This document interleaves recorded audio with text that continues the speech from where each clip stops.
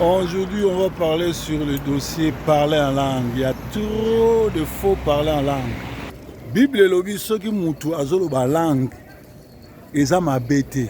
Mais comme amabe soki azoba langue interprète azate. Siko bazoloba langue mikolo yo, a langue balobaka wana interprète azate. Eza langue mboka ni. Euta ya monoboni. A langue ya ezo ute pa ba bato misala mabe a langue ya sato misala mabe a langue ya lokuta. Bible lobi to ye kola koloba langue mais interprète fois zalaka. Sikoyo mutu nyonso tu oyo wana tozolo bango, mutu nyonso tu oyo alobaka langue interprète azati. Interprétation ezate azali bongo koloba minoko ya batomboki, minoko ya bato basala mabe, minoko ya bato na satan tabondoki. Mwana na nzambe solo alobaka langue a édifier église pour édifier bateau bazana ye. Mais ceux qui mutu alobi ki alobaka langue et qui parle en langue wana interprète azate ndenge zoka na lelo pa na bino o leke yakabale keke beshende yakabele yandaraka takareke beshende wana eza parler en langue te ezali bongo minoko ya lokuta.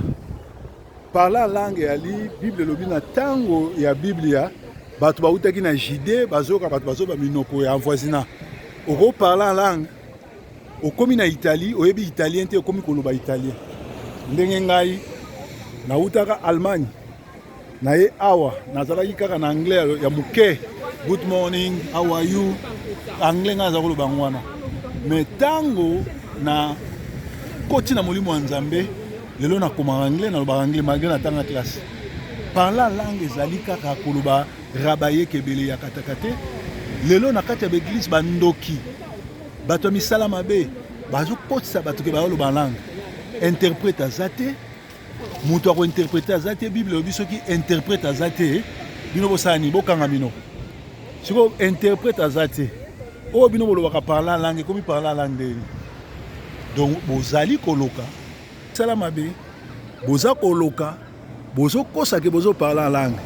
Bien aimé, Bible zali très encourager bato ba ye koloba langue ba zala vraiment ko zala baptisé na puissance du Saint-Esprit ba parler en langue. Mais il faut interpréter ça. Alors, ceux qui osent parler en langue, aux alibos, aux otambolana ennemi à Christ, aux otambolana ennemi à Christ, aux otambolana ennemi à Lilobananza, aux otambolana ennemi à Yoshua Amashia.